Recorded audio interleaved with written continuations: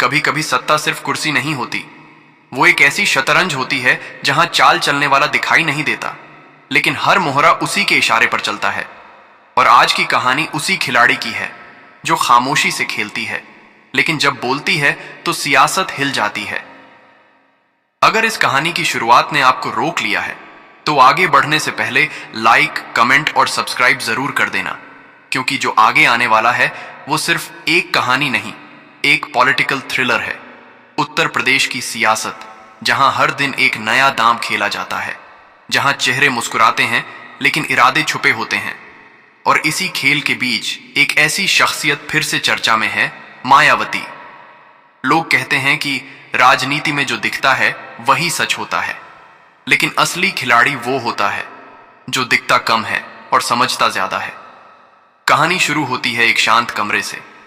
कोई मीडिया नहीं, कोई कैमरा नहीं, बस कुछ कागज, कुछ आंकड़े और एक दिमाग जो हर चाल को पहले ही समझ चुका है। मायावती जी चुपचाप बैठी हैं, लेकिन ये चुप्पी साधारण नहीं है, ये तूफान से पहले की शांति है। दूसरी तरफ भारतीय जनता पार्टी, मजबूत संगठन, हर स्तर पर पकड़ और जीत की आदत।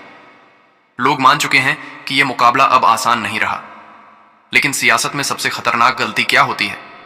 किसी को कम आंकना। और यहीं से कहानी में आता है पहला बड़ा ट्विस्ट, जब एक पुराना चेहरा बिना शोर के फिर से अपनी चालें चलना शुरू करता है।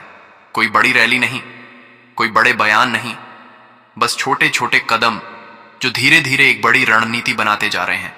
खेल जीतने के लिए शोर नहीं, सही समय पर सही चाल जरूरी होती है। ये सिर्फ डायलॉग नहीं, ये उनका तरीका है। ग्राउंड पर हलचल बढ़ने लगती है, लोगों से मुलाकात, पुराने साथियों को फिर से जोड़ना और सबसे अहम, उन लोगों तक पहुंच बनाना जो खुद को नजरअंदाज महसूस कर रहे हैं। सियासत में सबसे बड़ी ताकत जनता होती है, और अगर वही आपके साथ आ जाए तो कोई भी किला मजबूत नहीं रहता। अब कहानी तेज होती है।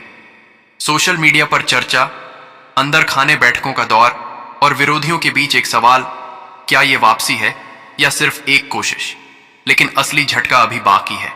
एक दिन एक बयान आता है, कोई लंबा भाषण नहीं, कोई घुमावदार बात नहीं, सीधे शब्द, सीधा संदेश। एक ऐसी चुनौती जो सीधी सत्ता के केंद्र तक जाती है। सत्ता स्थायी नहीं होती, लेकिन जनता का विश्वास ही असली ताकत है, और जब वही बदलता है तो सबसे मजबूत सरकार भी हिल जाती है। यह सिर्फ बयान नहीं था, यह एक सिग्नल था। अब सियासत में हलचल तेज हो जाती है। मीडिया सवाल पूछने लगती है, विश्लेषक नए समीकरण जोड़ने लगते हैं, और विरोधी पहली बार सोचने लगते हैं, क्योंकि डर तब लगता है जब सामने वाला चुप रहकर भी असर डालने लगे। मायावती जी का गेम साफ है, सीधा टकराव नहीं, सीधा हमला नहीं, बल्कि ऐसा दबाव जो धीरे धीरे विरोधी को कमजोर करे। और यही चीज इस कहानी को अलग बनाती है। ये लड़ाई सिर्फ सीटों की नहीं, ये लड़ाई नैरेटिव की है।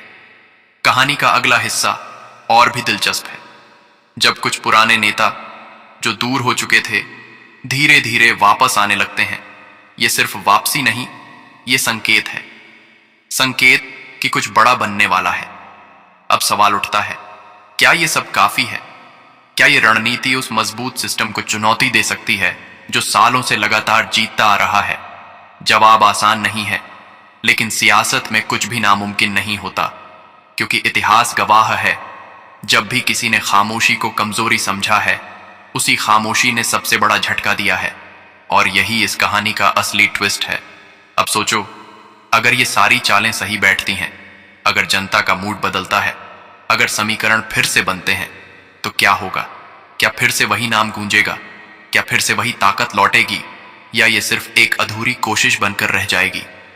यही सस्पेंस है, यही ड्रामा है, और यही वजह है कि यह कहानी यहीं खत्म नहीं होती, क्योंकि असली खेल अभी शुरू हुआ है। और अंत में बस एक सवाल, क्या सियासत में खामोश खिलाड़ी ही सबसे खतरनाक होता है? अगर आपको यह कहानी सोचने पर मजबूर कर रही है तो अभी लाइक करो, कमेंट में अपनी राय जरूर लिखो, और चैनल को सब्सक्राइब करना मत भूलना, क्योंकि अगली कहानी में हम खोलेंगे इस गेम का अगला और सबसे बड़ा राज।